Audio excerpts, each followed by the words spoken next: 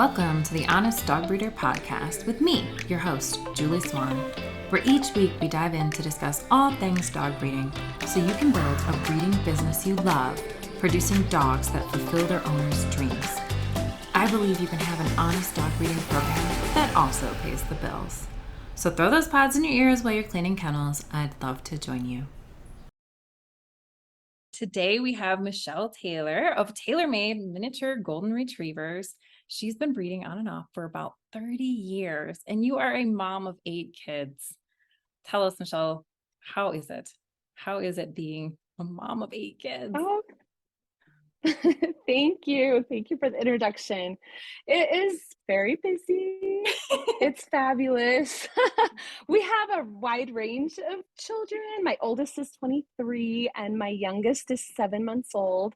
And so we have a little bit of a range in ages. And so that's been interesting having teenagers and babies. We just find representation in all areas of life with our children. But it's a wonderful experience. Oh, great. So, okay, you have a great story on how you got into your miniature golden retrievers. Can you tell us where that all started? So my passion came from when I was young. I was 10 years old and my dad got me a beautiful little, it was a golden retriever crossed with a cocker spaniel. And at that time it was just a little mud dog. Designer breeds hadn't really become a thing. And this dog was fantastic. She was 30 pounds. She was beautiful. She looked exactly like a golden retriever. She took on the golden retriever traits, and she was lower shedding than the standard golden retrievers we'd had before. And she was like the most sweetest, intelligent dog. And everyone who saw her was like, is that a puppy? No, she's an adult. She's just small. And everyone wanted one. My grandparents saw her. They wanted one. Our neighbors, everybody wanted one. So I convinced my parents to allow me to breed her. So we bred her, and everyone got a puppy. And then we had several litters with her. I think we did 5 litters to where everybody got a puppy, and then we kept her daughter. And it was my element. I loved breeding. I loved seeing the puppies. I loved raising the puppies. I loved learning about the dogs. My dad had been in the military, and so we moved around a lot. I didn't get to have dogs in my life till, I was 10. So I spent my time reading about dogs, learning everything I could learn. My mom would take me to the dog show. She was so sweet because she knew I just adored animals, and especially dogs. So anyway, that's how I got started with breeding, and seeing that we could actually create a breed that fit our lifestyle. It was so neat. And it was a wonderful experience. So that's how I got started in the miniature golden retrievers, because of my little Muffy. That's her name. And she was fantastic. So good. I love that 30-pound size. Oh man, is like the sweet spot. It really is such a great size for a dog. Yeah. So you are making these to this day. These are not necessarily related to Muffy, the original start. No. Okay. Our original lines did pass away. And I did start raising dogs for the Kansas Specialty Dog Service, which they specialize in dogs that help perform a service. They're actual service dogs. And that was amazing. My first dog was named Bree, and the training that they offered the puppy raisers was amazing. So I got lots of wonderful experiences with doing that. And so I saw how integral that service dogs could be in people's lives. So that gave me such a neat experience on being able to raise one in my home and learn how they're raised. And I thought, I would love to have my mini Goldens be service dogs. And we've placed very many service dogs in people's homes. Not through Kansas Specialty Dog Service, but just through my own matching puppies to their families. I love that. Have you kind of figured out your own temperament testing style for that? I have kind of what I look for in the puppies. I'm always learning and growing. And so we've used Valhard in the past, and I've kind of made my own twist on it. I think it's one of those ebbing and flowing type things, don't you think? I do. Because I know studies have shown that it is very difficult to place a service dog as a puppy, like as an 8-week-old puppy, because so much changes, so many experiences Yeah. mold them. And according to the data that I've looked at, it's still, even with as many service dogs have been placed over the years, it is still hard to get a solid placement on a service dog. So when we do place a service dog, we really encourage like continued training I with totally. a professional. And even then, sometimes it's not 100%. So we've been very lucky with the dogs that have actually gone on to be service dogs. And when I talk about service dogs, like a dog that's actually performing a service for someone, Sure. because there are therapy dogs, Correct. and those, there's a little bit of a difference between those I two. agree. Yeah. So just to distinguish for the audience, basically a therapy dog is like a really well behaved dog that kind of provides kind of emotional support and like somebody can interact with it as kind of a stress reliever. Yeah, Okay. And then the exactly. service dogs actually perform a duty. So whether like for a diabetic service dog, for example, will detect, insulin issues and notify the people. So it actually has a specific job. Yeah, so that it's been trained to do. That's Right. exactly And they're right. usually paired 1-to-1. Like a therapy dog will work with a lot of Yeah. people, but a service dog will be specific. Yes. Yeah. Okay. And then there's ESAs, which kind of fall into one-on-one, but they're not necessarily a specific task. ESA being an emotional support animal. And I don't know, they end up being like a really great cuddle buddy, but they don't specifically tell you Yeah. anything. So exciting that you've had that luck. Yes, it's been wonderful. Some dogs are just born for service. That's Yes. their mission. Do you find that the longer you do this, it's just you start to get feelings about dogs and you just know that this dog will be a good fit. You just kind of know. Yes. Yeah. Oh, absolutely. There's so many times where I'm like, I can just tell by the personality that this dog is geared for service. Mhm. Um, then there'll be times where I'm like, I don't know. Maybe with some training and some nurturing, Right. this could be a fit, but it's there are times where I'm like, oh yeah, this would be so perfect for, a service or therapy. If somebody, and I try to be really cognizant if I have somebody on our wait list that's looking to train their puppy. But I do want to let them know that like you're going to need to put in the work. Yeah. They aren't There's natural ability, but it's like an aptitude. It's like you may be good at math, but if you never learn it, you're never gonna get far with it, even if yeah, you pick it up fast. You need to still put the time in.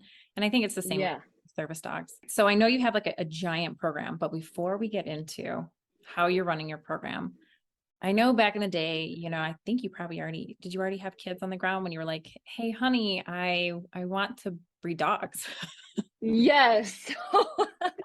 Yes, I love dogs. My husband knows that I love dogs, and so he was kind of supportive, but not really, because we had a busy life. We had kids pretty close together. Our kids were probably each 2 to 3 years apart, so Oh yeah. we were having all kinds of babies, and my husband's just like, really, you want to start breeding on top of this?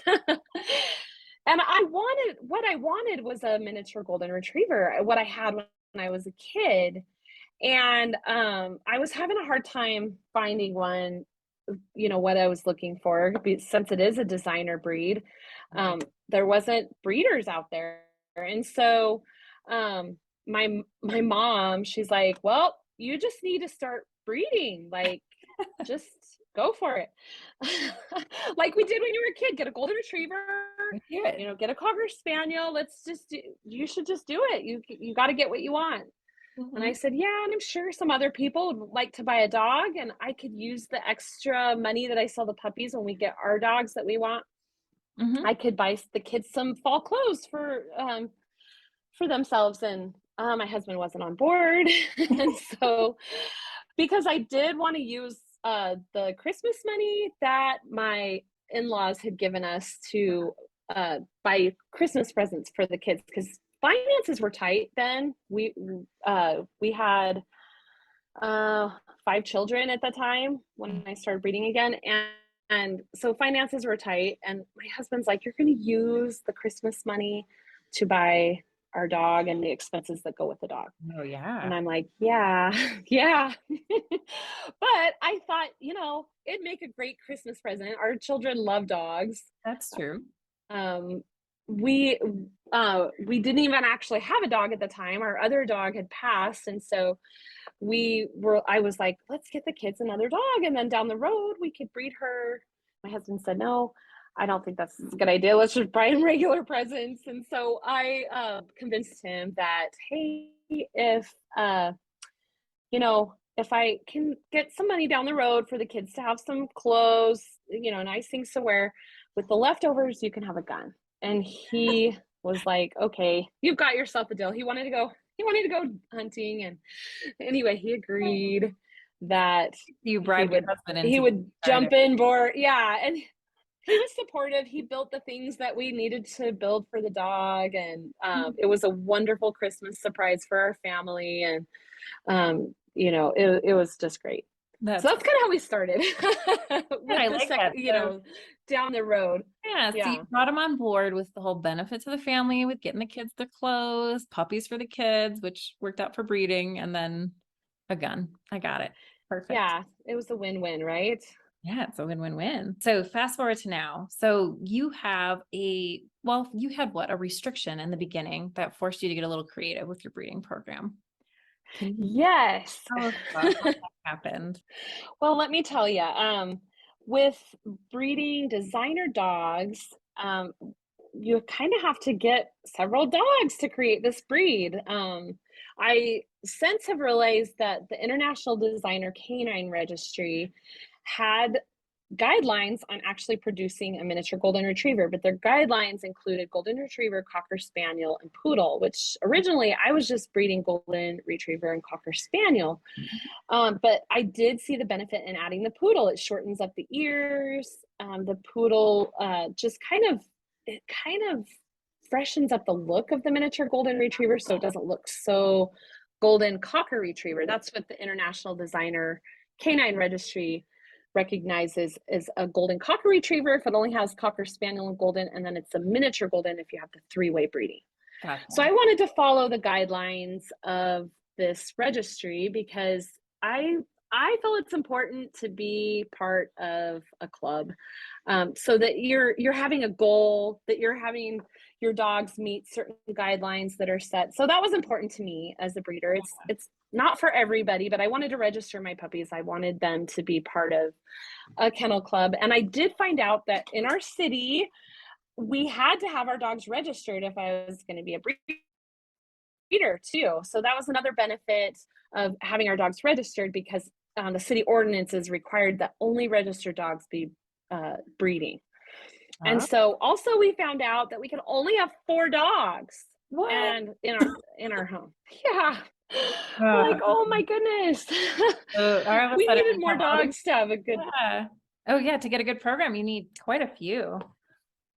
Yeah, you need quite a few. I had heard about a guardian program. Like, there was another breeder online that had something like, oh, we have a guardian program. And so that's what kind of, sprung the idea for me. Like, oh, look, this breeder is doing what, so I started thinking that might be a way for us, instead of just doing, like 3 litters a year, we could do more, because I was starting to move in momentum. I was having more puppies, or more buyers than puppies that were available. Yeah. And so my wait lists were getting really long. Yeah. Do you find that I like to keep my wait list like pretty tight? Like, I want to be able to get people a dog in about 6 months, maybe 8 months. I hate making them wait any longer. That's just my particular spot. Yeah. It's hard, because when you have, like, I was getting into like 2-year wait lists. Oh, yeah. And when you get into a 2-year wait list, it's fine if people are okay to wait, but you run into things like the dog didn't get pregnant, or maybe it didn't have as many puppies as you anticipated. And now you have angry customers, and you've been in communication with them for a long time, and now they're having to wait longer. And you kind of feel the need to update them regularly with what's going Right. on. It kind of feels like a monkey on your back. It does. And then as things change, prices change and things like that on puppies. So you may be selling puppies at a price that was 2 years ago, and now prices have changed on puppies. I mean, like maybe you had things come up that you need to raise the price too. Like say a dog pen needs to be built and you want to build like, some additional structures to keep the dogs in, and this is going to cost a lot of money and you need to raise the prices. Well, you've sold these puppies 2 years ago at the price that was okay for you then, Yeah. but what if it's not okay for you now? You need to be able to fund your breeding program too. Exactly. So I found that having a bigger breeding program to build the dog that I wanted, plus to keep the dog's price to where I can afford to keep being a breeder, Mhm. was very, very helpful. So the Guardian program kind of seemed like the only thing that I could do to grow and not violate city code. Sure. Because I'm a kind of gal that likes to dot my I's and cross my T's, and I want to be in compliance. And so if I started getting more dogs than what was legally allowed at my place, I started to feel that pressure of like, okay, what should we do? Who should we get rid of? Mhm. Ah.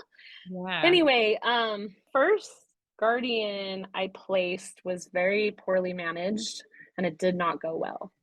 I don't know if you want to hear that story, but Well, tell us like it didn't. what are some takeaways from it? What did you maybe Okay. not do or do that you wouldn't have? Okay, the first thing is it was a handshake agreement. Everybody's That done was it. the I'll first get it. problem. Yeah. It was just like, hey, I don't know how to do this, so why don't you just take the dog, and when I'm ready to breed it, so we'll be in touch, kind of thing. Right. And so my big takeaway from that was you really should have an agreement on exact and lay it all out, because people will think one thing and you're thinking another, Right. and it just lays everything out so everybody understands. Yeah. Because even now I go back to the contract, like something comes up, oh, let's go back to the contract and see what the wording is, if it cover like. And usually our issues can be solved by looking at the contract, or I realize, ooh, maybe we need to have that in the contract. So it's a growing document. Some things I've found that aren't necessary anymore with the way we're doing things, but have an agreement in place. I That's agree. probably my biggest takeaway from that. Sure, absolutely. Okay, so you didn't have an agreement on this first one, and then so what happened? They ended up taking the dog, and What I do you? didn't get any litters.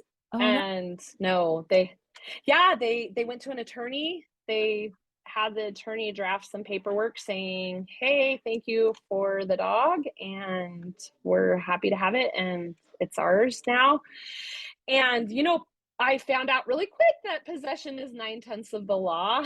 And so we did end up going to small claims court, ended up in their favor because we didn't have an agreement, and Did, it did was they just text messages and things like that. So sure? Did they pay for the dog? no, they didn't pay for the dog. I Uh, lost the dog completely. I lost out completely. yeah, that's So I just kind of chalked it up to like, sometimes you go to college and pay a lot of money to learn. And in this case, I just paid a lot of money to learn. yeah, that makes sense. That makes. So Do you have them pay for your guardian dogs now? So I have people place a $500 deposit for guardian dogs now. So if Okay. they're going to be a guardian home, it's a refundable deposit. So anytime they need if they need to return the dog for whatever reason, or if I need to get the dog back from them for whatever reason, or once the guardianship is over, they get the $500 back.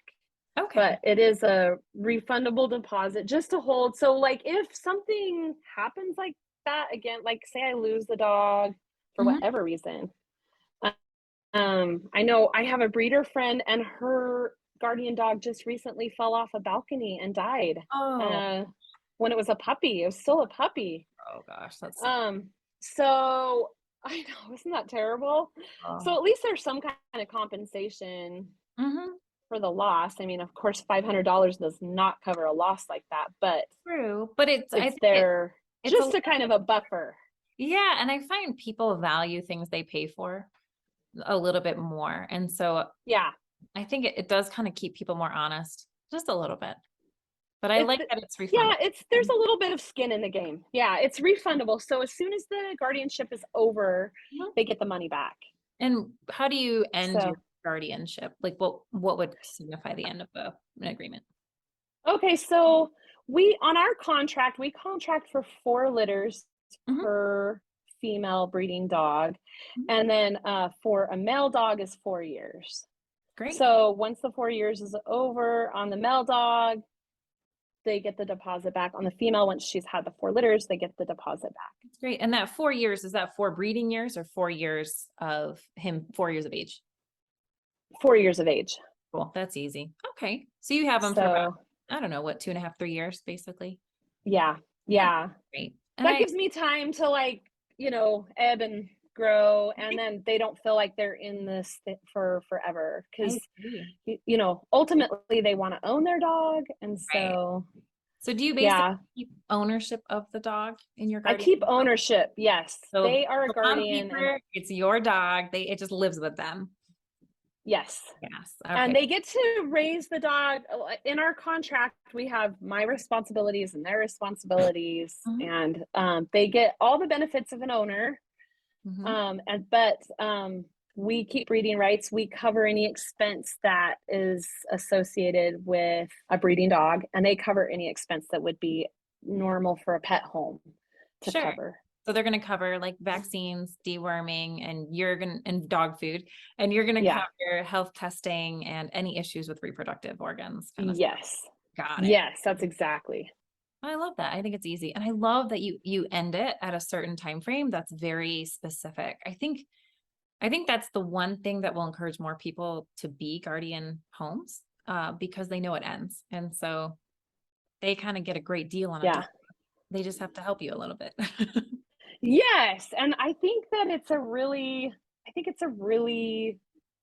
nice thing for everyone, because I do really appreciate how the dog is raised in a home. Mhm. I'm one of those bleeding hearts that I get really attached to dogs. Like, it's a little crazy. I love them. I want them all. It's hard when the puppies go home. I mean, I don't know how I've survived this long without just like my heart just breaking into a million pieces, because I want them all. Like, nobody can leave. I cry on go home day. It's hard for me. And so for me as a breeder, when the puppy goes with somebody else, in my head, it's their dog, and I'm gonna watch over it, make sure they're good owners, but I don't want to take anybody's dog away from them unless it's just like abuse or something. But we do have in the contract that I can take the dog back. So if there is abuse going on or something like that, Oh, then I have the right to do that, because I want to make sure they're placed well. And so, but it's been wonderful, because I really work hard to work with people I want to work with, mm. that You I don't just blanketly. value their friendship. And Yeah. Do you seek yeah, out? not everybody who applies. Okay, so you have an application process to be a guardian home, and then you're gonna kind of work with them and pick and choose. And so, Yes. is distance a criteria for you when selecting guardian homes?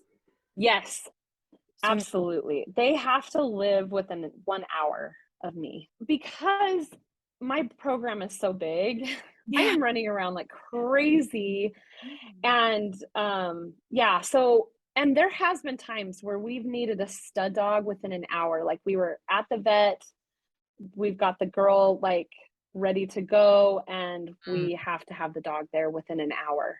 okay, and So just yeah, that makes sense. And so you really, it's just for me down here where I live, I kind of live in like BFE, but I know for me about 3 hours is my cap, okay, three just hours. because, but I usually do live cover, so it's not as time sensitive with my stuff. I'm not doing as much coordination. So yeah, when you're working with a vet, you're on their time, and so it yeah. can be hard. And we do a lot with our reproductive specialist here, and he's within a half an hour of our home. That's why I require that. I do I there are exceptions. Like my best friend has a dog and she's about 3.5 hours away.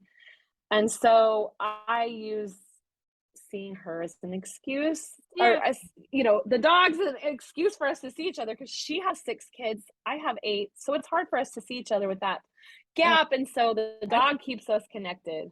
that's So cool. you can make exceptions. It's not a hard fast thing, but generally speaking, Yeah. that's what it'd be ideal if they're within an hour. It makes sense. What is some other criteria you're looking for with guardian homes? These people are in our guardian program for up to 4 years. Most, like, even the female dogs. So on our contract, we have that they are not to have any moves planned in that time frame. Sure. That they're that they also that they own their home and they have a fenced in backyard Okay. is also part of our agreement, because I want the dog to have a, a really good stable environment. I don't want dogs getting loose, and so they are required to have a fence. That makes total sense. That's pretty good. And then you just kind of talk to them, and if you have a good feeling about them, roll with it. Yeah, they apply first, and then I give them a call, and then we set up a time to like meet face to face, and we'll usually like go out to like breakfast or get some drinks, something where we can talk and go over it. And I Yeah. send them the contract in advance so they can read over it and see if they want to be a part of the guardian. Mm-hmm. And then I require a home visit. Like I go over to the house, and so I know where they live. I want to know where they live, and Right. I want to Okay. make sure that I'm comfortable with the dog being there. And then if all that goes well, then we meet up with the dog, and then the dog is placed with them after that. Perfect. That's so easy. And I think probably one of the bigger things is that it's the $500 deposit is a considerable discount. So you do probably have a bunch of people applying. We also do run promotions with our other guardian families. Like, say I have several dogs that need a good guardian home, I will offer a promotion. I'll send our families out with some pictures of the dogs that we have, and I will actually give them a $500 incentive if they find a guardian home that stays for 3 months. Oh, okay. Because looking at myself boarding the dog for that, if we Mhm. couldn't keep the dog at our house, we'd have to board it somewhere. So uh, that's kind of what it would cost here where we live to have Yeah. the dog boarded. So I would just pass that on to my guardian families that find a great match. So after 3 months, they'll get $500 Mhm. to. I consider 3 months a successful placement. Of course, the person is always able to return their dog. We will always take back our guardian dogs, of course. Mhm. But 3 months seems to be a good placement. We're kind of getting stable, and that's the point where they've taken the dog for a considerable amount of time. Mhm. And you find they're usually keeping them after those 3 months then. Yeah. Oh Yeah. yeah, yeah. And so it's just like So you give them an idea, say, hey, keep it for 3 months. I'll give you 500. And then, yeah, if they returned it back, I'd be out the 500, but Mhm. that's what I would be if it boarded somewhere. So I Sure. consider that a win-win. That makes so much sense. All right. So how does it work now? Okay. So you have the guardian homes, and so they give you your $500 deposit. And then when the guardianship, if you will, is complete, you'll give them back the deposit at 4 years or 4 litters. So I got that part. Yes. Now, when you go to actually breed the dog, are they coming back to your house, or how does that work? So we Yes, that's a great question. Mhm. So when it's time for breeding, they're required to notify us when the first signs of heat. And part of my responsibility is to educate them about what a heat Mhm. cycle looks like and what to look for. You kind of keep And up then too, knowing that like, oh, this dog is going to come into heat. You kind of like say, hey, yes. it's that time. Yeah. Yes, that's part of the education. I have some software. I use Breeder Cloud Pro for my software, which gives Sure. us an estimate on when the cycle is going to happen again, which is nice. I don't have to do the math like I used to do. So that software has been great, Yeah. and I can let them know here's when to start looking for that. So that's part of the education process that I put them through to know what it looks like. And then they're supposed to let me know on the first day of the heat cycle. And then we start making plans for progesterone testing. We actually do in-house progesterone testing, or we go with our vet, Sure. whichever. Do you find the in-house is pretty easy, or was it kind of a skill you built? You know what? It's kind of a skill we built. My husband, he's been really, he's an engineer, so That's he handy. just can do everything. So he's learned how to progesterone testing. That's But great. we also utilize our vet Mhm. because our vet has a process where you have to go through the progesterone testing with them. If I'm feeling like I'm going to need my vet for this one, then we need to go through their avenue. But if we're going to do a natural, what did you call it? Live Um, cover. Live cover. I love that. If we're going to do a live cover, then we can just do an in-house progesterone test. That makes So Yeah. I find the blood work we such a great schedule. test. Yeah. Do you progesterone test with your dogs with a I live have cover? I have Rusty and he's like amazing. He'll just walk in there, he'll be like, not time yet. And then he'll be done. Like he's so handy. Wow, he's Yeah. the progesterone He test. is. He's a progesterone test. So yeah, I'll never be able to do any. He'll just be here forever. So That is awesome. Some of my studs are like that, but some are like so small compared to the yeah. female that it's a little tricky. Um, but it's one of those things that we have to kind of plan out. So okay, they're in heat. Mhm. Let's figure out if and when we're going to do a progesterone test, and then um, we just make plans to either meet up with them or they come here. It's kind of whatever works for everybody. Like, what's your schedule like? What's your schedule like? Let's make this happen. Yeah. Um, and then and then we do the breeding, and they go back with their family Mhm. after the breeding. And then I have my own ultrasound machine. And so we schedule the ultrasound 30 days after we did the first breeding Sure. to get a confirmation of pregnancy and a puppy count so that I can notify my waitlist families like, okay, we have a confirmed pregnancy. This is what we're looking at for due date. This is what we're looking at for go home date. Is this going to work for you? Hmm. That's great. So that's kind of the process there. And then So where do you go for whelping? Hmm. okay, so they come back here for whelping. Hmm. We usually have them come at least 7 days before the due date Okay. of, and then we also have whelpers that work for us since we do have limits on how many dogs that we have here.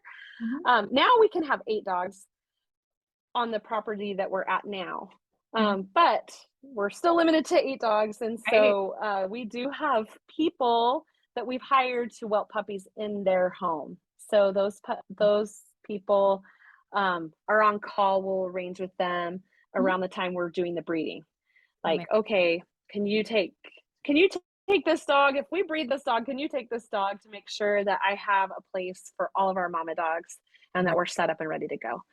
So if we have one of we call them our whelper family or our puppy raising family, and they've been trained to have the puppy, but we have all the puppies born at our house. Like, I Oh. want to be, unless I'm out of town or something and I need a midwoof.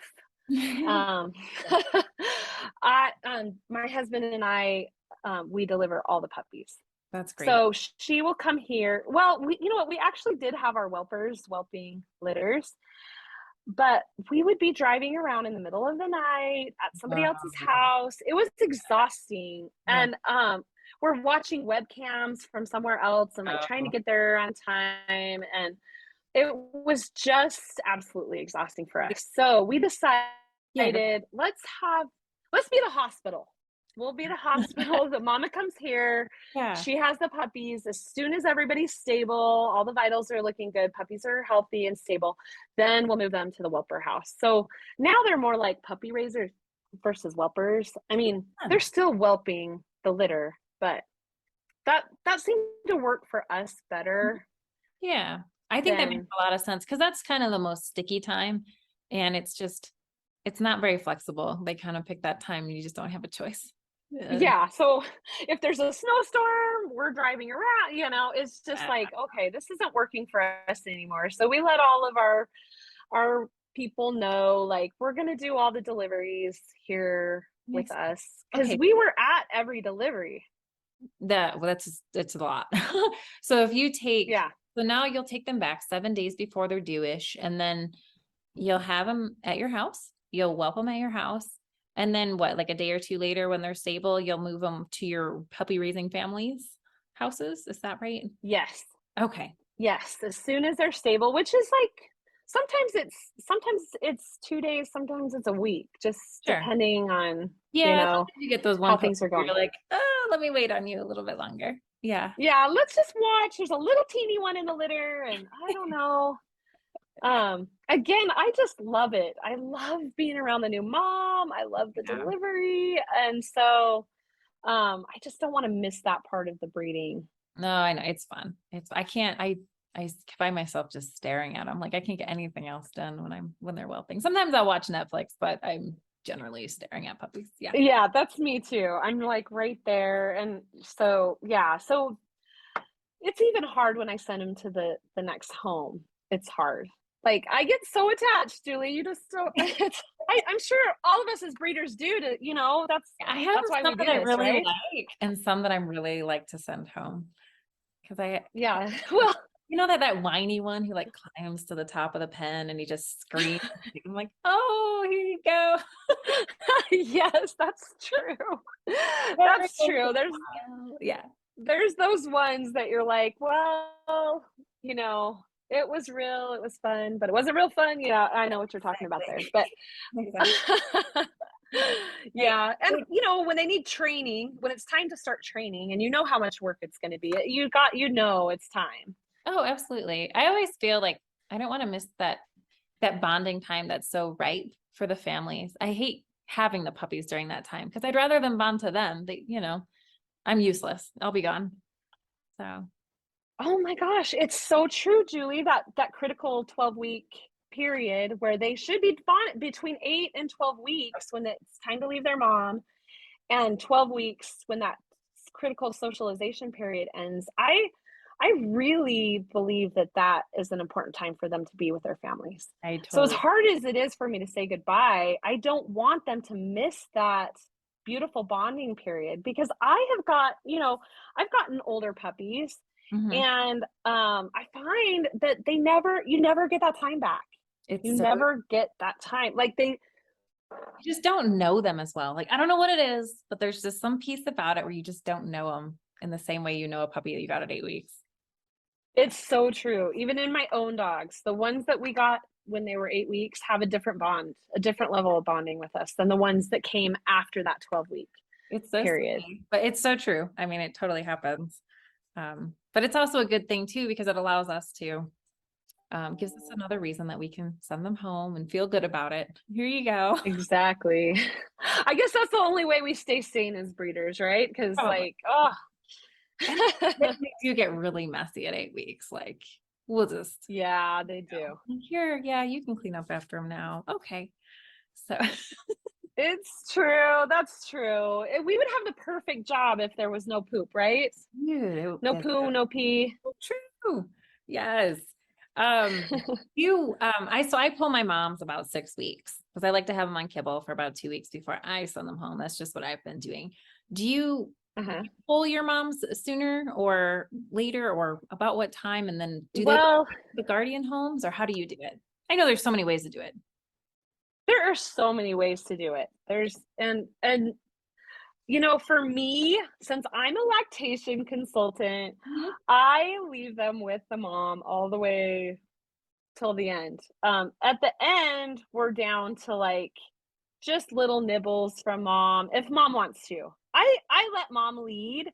because you know, if she's done at 6 weeks and I can Sure. tell like I don't want to do that, you know, when And they're just like, mm-mm. yeah, they're frustrated with them or they're really down on weight. They're just struggling to keep up or something. Yeah, they're struggling. So I let mom lead. If mom's like cool with it, I let her just keep going because she's here, might as well. Mhm. You know, I I love the benefits of breastfeeding the Oh, it's puppies. So mhm. it's different with every litter for me. I watch the mom Mhm. most carefully because the puppies will go on forever. They will They till they're like will 7 years old. Yeah, I know. yeah, they're like, let's do this. So I let mom lead the way and I just watch her signs. I don't keep her in with them after 6 weeks. Mom has her own space, but if she's like wanting to go in with the puppies and nurse, then sure we do. Um, and if if she's like not wanting to, then no way. So with when going back with the guardian families, I just tell them that she's going to be with us for the 8 weeks, and then you know, see if they want her to come home sooner. Some families use their opportunity to go on vacations and things like that when she's Yeah. whelping. A lot of our families will plan their vacations as soon as we confirm the pregnancy. They're like, okay, we're going to go to Europe during that time, you know, or we're going to do this during that time. So some of the families can't even get their dog until after the pups leave. So it kind of depends on what's going on with the guardian home too. But Oh, I just give them yeah, it's going to be 8 weeks. that makes And sense. then I also, with the guardian families, this is something that I've learned that might be helpful for people listening. Um, you know, I used to let families just come over and visit whenever. Mhm. And now I don't. The dogs are very bonded with their families. And, Yeah. you know, this might not be true in all breeds, but miniature golden retrievers will ditch their puppies for their people. Oh, that So, makes sense. yes, I've had to learn that we need to wait until the puppies are on kibble before the families come to visit. And Oh, if they're really missing their dog, luckily we have technology. We can do a Zoom meeting, we can do FaceTime, but now I'm just like, I'm sorry, but we've had dogs that didn't want to go back to the puppies. They're like, "Hey, I'm going home now. Like, yeah. we're out of here." Yeah, they kinda get like that teen mom syndrome where they're like, "Okay, somebody else can take care of Yeah, them." I'm done. So we wait till 5 weeks before we have the guardian family come over. Makes sense. I think and that's probably in your contract and understood ahead of time, and Yeah. it has a good reason. You're not trying to be a pain. Yeah, I'm not trying to be a pain. I would love it for them to come over sooner, but you know, we have to look at the best interest of the puppy too, the puppies. And well, yeah, and the mom to keep her head in the game, that's all. Yeah. That makes sense. So how does the compensation so the guardian homes, they get their dog. That's their compensation. They get their deposit back, but they essentially got the dog. But then you have the puppy raising families who will be taking the puppies till they're 8 weeks old. Do you compensate them or how does that work? Oh, yes. So we do compensate the families that are raising our puppies. Mhm. So the people are paid per puppy, and Okay. they're also paid for the mom because the mom requires a lot of work. My Yeah. husband kind of went and I went back and forth on this. He's like, "Well, we're not getting paid for the mom." But I'm like, "The mom's a lot of work though." The mom, you know Yeah. what I mean? Especially Yeah, if for she has sure. diarrhea. So Oh I yeah. kind of won on that because I felt like, you know what, she's a boarding dog there too. Even Okay. though we're not getting paid for her, we Hmm. do put that into the budget of what we're paying um, the the puppy families. So That's everybody, they set. are compensated, and we break it down to like a daily boarding Okay. rate That makes sense. on the puppies, A daily boarding rate. so that we're paying that because yeah, on the puppy per puppy. So like say a puppy has to stay longer, you know, say it's staying past the 8 weeks. Yeah. That puppy we'll make sure it's okay with our whelpers that the puppy's staying. We actually just had recently, some of the puppies weren't sold, which was unusual, but some of the puppies weren't sold. And so they stayed with the whelper a little bit longer. So the ones that left, of course, I wasn't paying for, but the ones that were staying, I was paying them for. So that's kind of how we break it down. So is it a set rate up until like per puppy up until the 8 weeks? Like that's a one-time fee? Okay, so we pay $500 per puppy. Okay. Which breaks down to $893 a day over an 8-week course. Oh, okay. So they're getting paid $8.93 per puppy per day. That makes sense. And then what about the moms? What do you do for that? Same. She's the same. Okay. So she's them like a she's getting litter. Yeah, they're getting $500 for her and $500 for each of the puppies. That's really nice. Now, some of our whelpers will go out of town. Like we had this happen a lot over the summer. And so we'll go in and take care of the puppies at their house. And when we do that, we pay them half the rate because they're still using their home for our dogs, but we're doing the work over at their house. So makes sense. So that's a way to not pay them for work that you're doing. Yeah.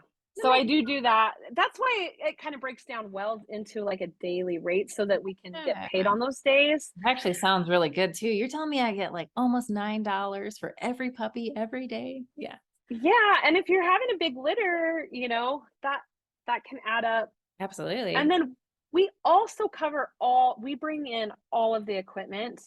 So we use the Easy Whelp system. So we bring all that equipment in. We use an exercise pen. We bring all that in. And each setup that we bring in is about $5,000 with everything we bring over to their house. So, but we can reuse that equipment too. Yeah, absolutely. But we have sanitizing it and everything else. Yeah, we're sanitizing it after and everything like that. So we're bringing all that equipment in. Of course, we cover all the food and all the supplements and everything for the mom. So, they're not having to cover those costs if, like, say they were breeding for themselves. Yeah, and you're covering food, you said too. So yeah, we cover all the food for the mom and the puppies during that time and all the supplements. We do a lot of supplementing. So we cover all of that. And then anything the puppies are going to be using, all the bedding. So it's quite the setup. And we have a checklist, like we have an inventory list that we give our whelpers when we bring everything over. And we just go over it because I want to make sure I get everything back since it is a lot of our stuff is expensive. And so that's kind of helpful too, because then they know to keep track of things. Kind of like when you're renting an apartment and you go through and you make sure everything's good to go. Yeah. Yes. So we do that as well. It's a lot of work though. I'm like, oh, okay. Do we have the checklist? What do we need? Oh, it's a lot of work before the puppies are born. Okay. So this sounds like absolutely perfect. So you never have any problems, right? Everything's always great. Yeah. Well, in a perfect world, yes. And for the most part, it has been a very rewarding experience. I'm very grateful to our guardian families. They do so much for me and sometimes they go beyond. I mean, I had a baby this last year and I tell you what, my guardian families, they rallied, they were there for me. They're part of our team. They really are. They're wonderful, but sometimes it doesn't always go perfectly. What are some things you've run into? Okay, one of my biggest issues is actually pet obesity. It can be a real problem with breeding dogs. You want your mom is fit. Can cause problems for labor and delivery. We've had problems. Some of our families love their dogs and don't realize their dogs are getting fat, and it's really hard to rein that in. Sure. So we've been sending home like charts that show like the obesity, the body score. Yeah, when you look at the top of the dog and you see the shape and say, hey, if your dog's belly is wider than its rib cage. Yes, we're sending those home. to help monitor the eating, because we've gotten some mamas that are extremely overweight and Mhm. it's causing problems for the litter or even conception. Right. Also, people missing heat cycles. Yeah. Um, we've had people miss heat cycles, you Oh, know, yeah. and that costs you like six A to lot of 10 months, yeah. you know. Um, those are probably the two main things that I find that is hard with the Guardian program, Do you find any is issues just with getting them to bring you the dog I mean, do you find any issues that way or is it pretty good? um it has been pretty good. I find that people are really excited that their dog's going to be bred and have puppies, and I haven't had a ton of pushback, but I have had issues where people, like after two litters, they don't want the dog to be bred anymore. But Mm, that's not in our agreement. And our agreement actually states that it's up to the breeder to decide the health of the dog and if it's going to breed. So, I have had people that, we have released the dog a little bit early because they were getting stressed, and mhm. the relationship with them was more important, but like that Yeah, costs a lot as a breeder. it does. And makes me think, oh man, I really liked those lines, but Yeah. we have relationships to uphold. Mhm. So I'm like, oh Makes a lot of sense. Yeah, yeah. I know, and it is hard. I think, it's hard in your program to have if it was all guardian homes, for example, it becomes kind of scary because you have less control. I You mean, have less control. share. And I don't, if there's a dog that's really valuable to my breeding program, like Mhm. it would be bad if something happened to this dog. I don't put that dog in a guardian home. I That's mean, yeah. that's the 8 dogs that are here. That's one of the Yeah. 8 dogs.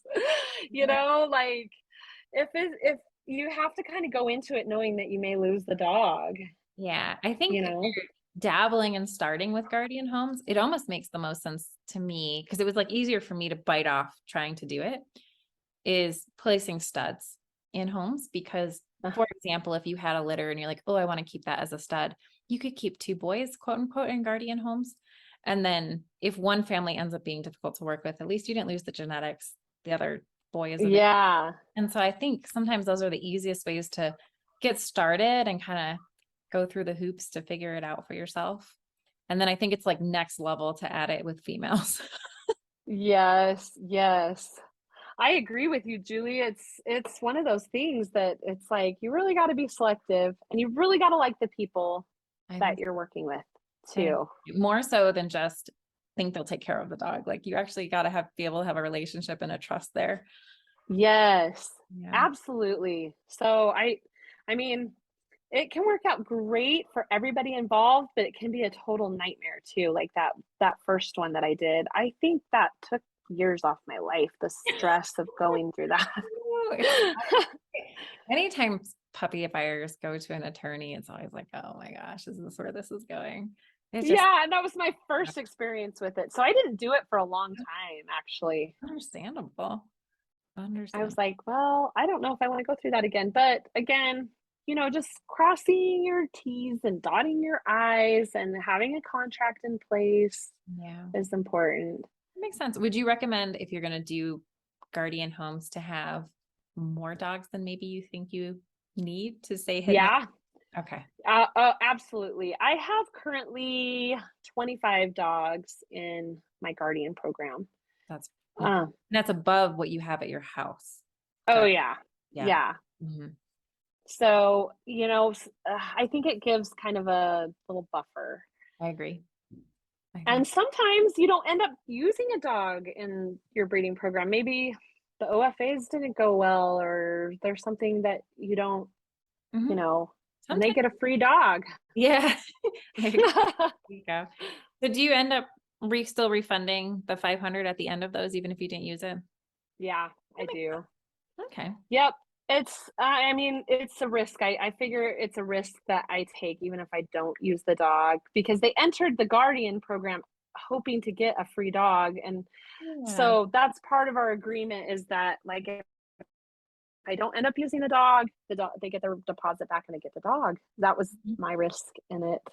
Not everybody has to do it that way though, but I, that's just kind of how I did it. I think it makes sense. I mean, it would be kind of weird to be like, oh, well, now you owe me more money. Like that seems kind of shady. Yeah, exactly. Like they came into it thinking they're going to get a free dog, and then we decided not to use it, and now they have to buy a dog. I just don't roll that way. So I'm like, okay, well, whether we use the dog or not, it's your dog, unless you do something atrocious to it. Yeah. Have you ever had to take one back? Yes. I did take one back because they kept losing the dog and it was microchipped. Oh, you kept And calls.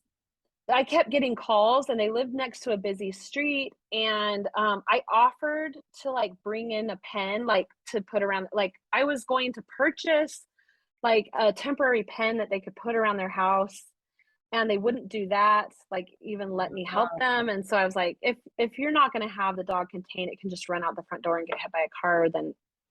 And they said, yeah, like we can't do your pen thing or whatever. And so I went and got the dog. That's fair. It wasn't a horrible situation or anything. They kind of recognized like, yeah, we're not keeping the dog contained. So it didn't go badly. Sure. But I think that's the only dog that I had to take. Yeah. Do you think People have returned? People have been like, oh, it's not working out, and returned. But where I had to like go get the dog. right? No, that makes sense. Where you had to make the decision. I think a lot of times people have an idea of what they think their life with the dog will be like. And sometimes that's a little romanticized, and it's not exactly what life with a dog is like. Like dogs aren't the cleanest things in the world. They can be messy and destructive and a pain in the butt. And so I think sometimes people get in over their heads, and usually if you can provide them that outlet that says, hey, maybe this just isn't for you and it's no problem. Like I got this other family. Even if you don't have the other family, you can tell them you have the other family. Yeah, we're set up to where I've got enough people kind of, we can work it out if somebody needs to return a dog, I mean, I would much rather than do that than try to like, you know, heaven forbid, sell the dog themselves. I know another breeder, and his wife was on the local ad, and her dog was on the local ad. The Guardian family was posting her dog for sale.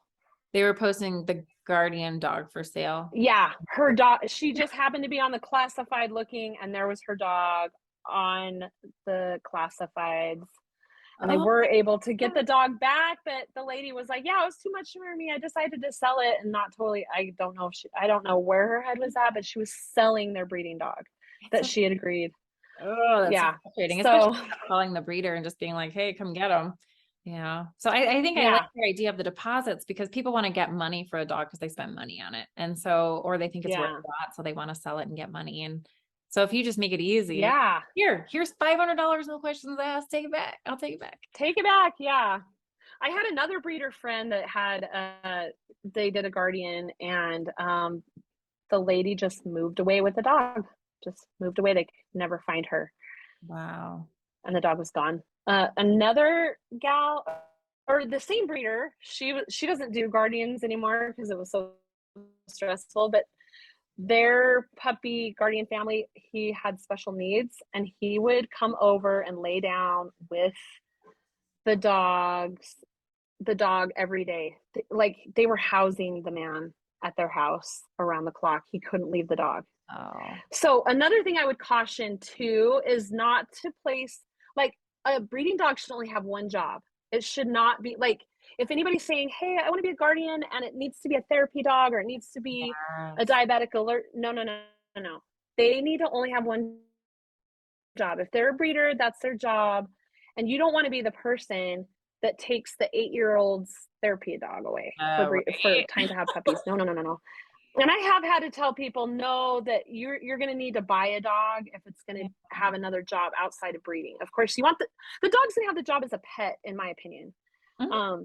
Other than that, if it's performing a job for the people that they can't handle being away from the dog, then they need to buy a dog. They don't need to be a part of the Guardian program. That's not a good match. And I have had to tell people that. I have had to tell people like, no, it's not a good match. We can't take the dog away from you when it's doing a service. So you have to remember that with your Guardian families too.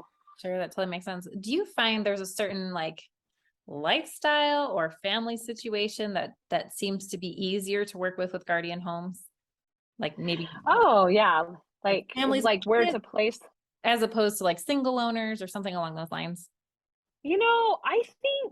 I think anybody that seems like it would be a nice pet home. Like if they have kids, that's fine. I try not to do young kids. Like like babies, Mm-hmm. but I still will if the mom has help. Like how much help do you have? But I find that moms but I do have a couple of guardian home moms where they've had a baby and they've still been wonderful. So I think you kind of got to fill out the situation. What is your Um, hesitation with their busyness with a guardian home? I find that sometimes they're not paying attention to the dog and knowing if it's in heat or not, you Oh, know? yes. They just don't have the latitude to keep tabs on the dog. Yeah. Mm-hmm. Also, the moms with young kids are most likely to return the dog. Mm, They're like so overwhelmed. It's like, why am I doing this? We thought it would be fun for our kids to have a dog. I'm just going out of my mind. I got to give the dog back. So I find that the new moms that are trying to juggle kids, it's just not worth it to them. yeah. Like, And do you think they're looking for it because it is cheaper? It's easier to get yeah, a good dog. And so I it's a think, cheaper way to go, and maybe it'd be fun with the kids. yeah. Pregnant women, they love to get new puppies. Pregnant women love I'm to one put of babies. It's so crazy. Yeah. I'm so there. I've had 8 kids. I always get a puppy when I'm pregnant. It's not the best idea unless you have a lot of help. If you have a lot of help, which I do, then it's fine. But if you don't, if it's like you're a one-man show and it's going to be you at home with the kids and the puppy, it's not Yeah. going to be a good match. So Yeah. I'm Mm. just like, hey, come back to me in like 2 years. Like I know where your head is at right now. You're seeing the wonderful like kids laying with the puppy, but it's like that's like Yeah. not the whole picture. Yeah. Like 2 seconds later, the dog just bit the kid on the nose and we got problems. Like it's just, I'm that way with my buyers too. So my buyers and my guardians are kind of similar.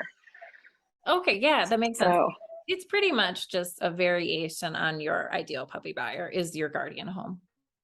Yeah. yes, There yes, may be a more and narrow categories, I guess, more narrow specification, yes. whatever the terminology would be. Hmm. Well, yeah, because I don't require my puppy buyers to own their home and have a fence. I don't Yeah. require that. Um, because I have a lot of I breed mini golden retrievers, so a lot of people live in apartments Hmm.